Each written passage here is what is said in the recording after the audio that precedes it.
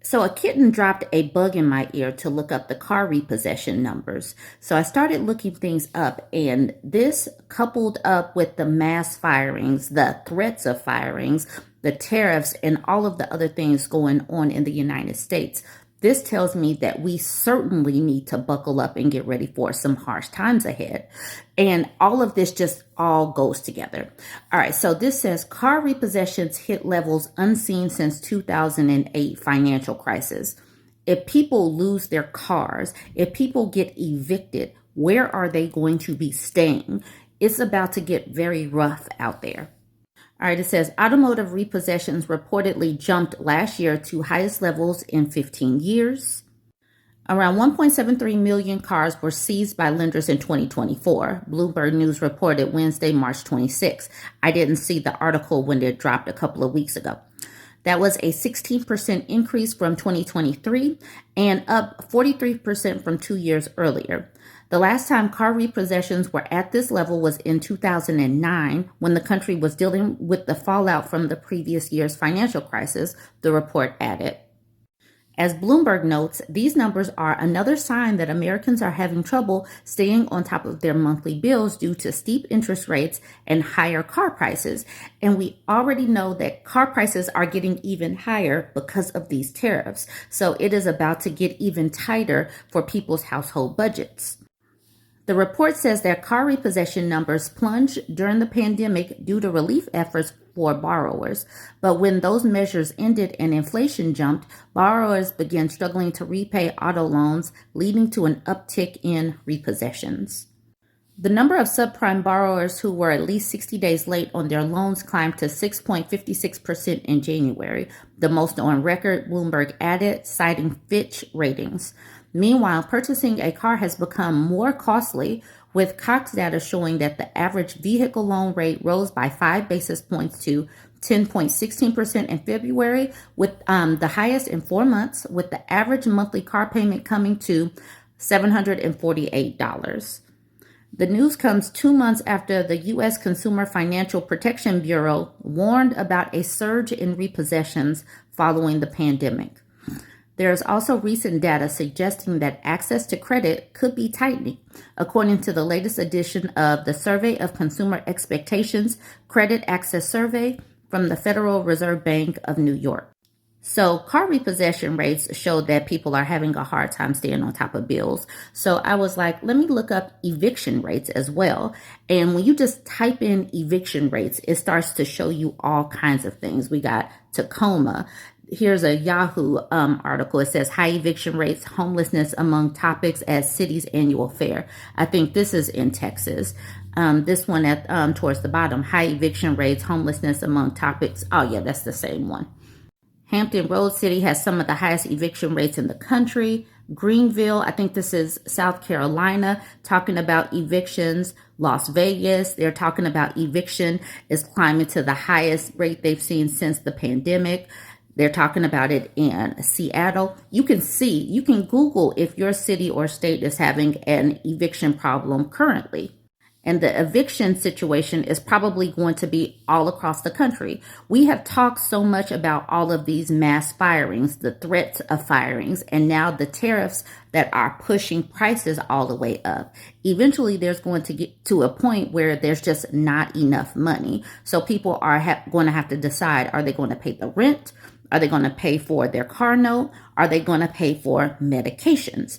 And so that takes me to my next topic. Most of our medications are imported. So factor in the fact that we have Trump's tariffs and Trump's trade war with all of the other stuff that we have been talking about. We are in a cluster F of major proportions. So this is just a quick AI overview that I got off Google. I'm going to pair it up with an article that is recent. It says a significant portion of medications used in the United States are imported. In fact, a recent study found that 75% of essential medicines are imported. 75%. much of this reliance on China and India, according to Fox Business. This is particularly true for generic drugs, which are a large part of the United States drug supply. So, on top of the fact that Trump erased the medical savings benefit that the Biden administration put on to raise the prices of drugs, and now he still left the tariffs on medications there. He erased the tariffs for technology and toys. Let's get rid of the tariffs on that. But we're going to keep the tariffs on essential medicines. This is going to say to me that your drug prices are about to rise up if you can even get them. So yeah, it's going to be a whole lot of people trying to decide where are they going to ration, which medicines. Are you going to take the pain medicines, or you just going to do it in half and take the rest of the pain? I don't know what people are about to do.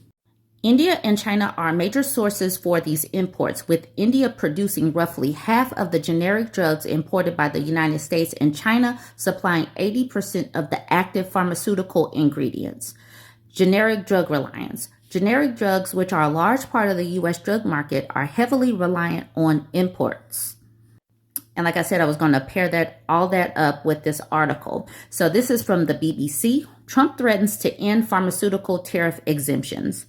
And here he is talking, and I honestly cannot understand this makeup choice.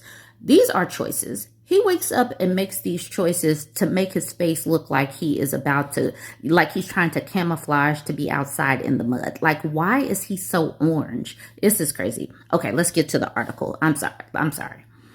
So this article was from April 9th. It says, Trump says he will soon announce major tariffs on imported pharmaceuticals, a move that could end decades of low-cost global trade in medicines.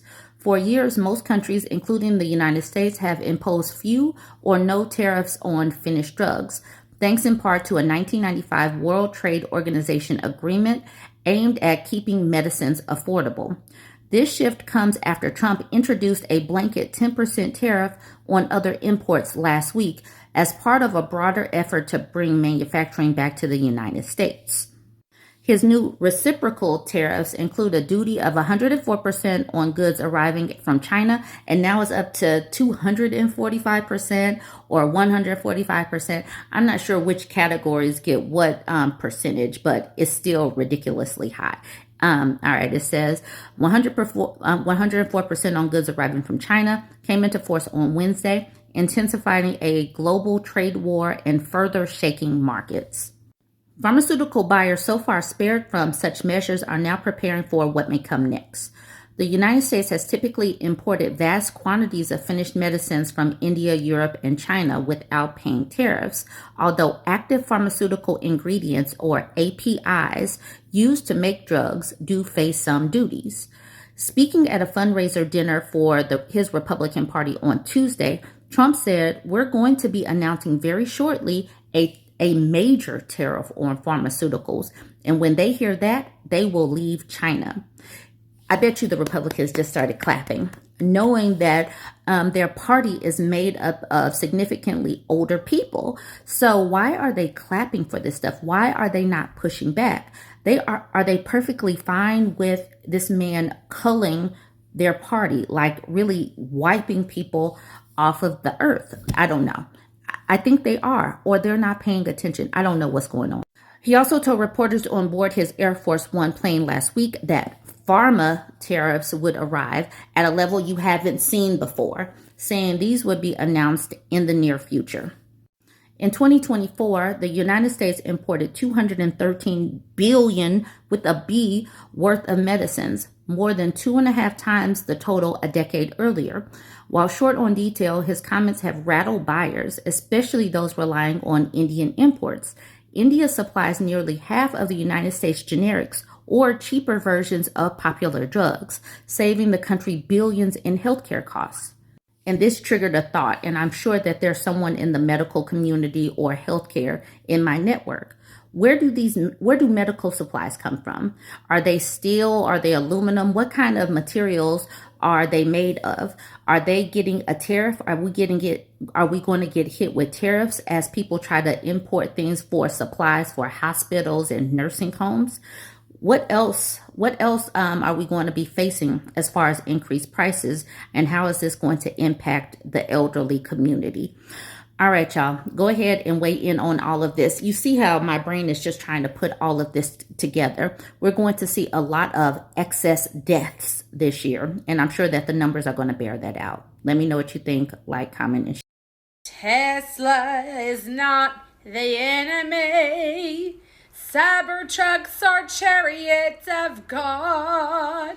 Sure, you look like a douchebag when you drive them, but Jesus wants us in a Cybertruck. Jesus loves Tesla. Jesus loves Twitter.